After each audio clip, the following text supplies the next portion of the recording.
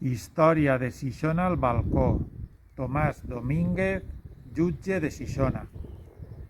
Tomàs Domínguez de Barrategui va néixer el 7 de març de 1837 a la ciutat d'Almadén, a la província de Ciudad Real. Va començar els seus estudis de dret a la Universitat de Granada, però es va acabar a Madrid en 1860. Es va casar amb Emilia Romero Palacios i almenys van tindre 3 fills.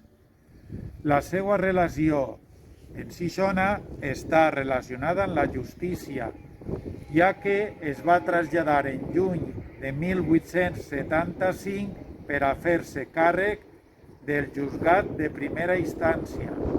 En Xixona va permanèixer fins maig de 1880, quan va ser traslladat a Estella. A Xixona va deixar una gran empremta, perquè en 1879 la banda de música l'Harmonia el va anomenar president d'honor i l'Ajuntament també va decidir concedir-li el títol de fill adoptiu de la ciutat, convertint-se així en la primera persona que rebia una distinció per part de l'Ajuntament.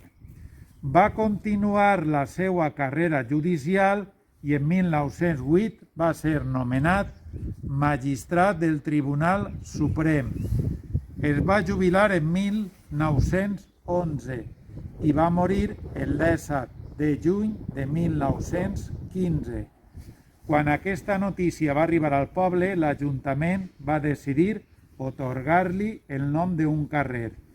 El carrer Galera va passar a anomenar-se carrer Tomàs Domínguez.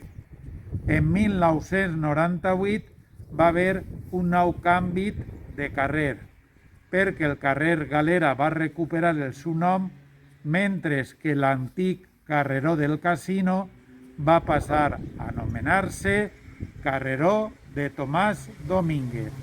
I això és tot. Si vols saber-ne més, busca en Facebook la pàgina Cronista Xixona.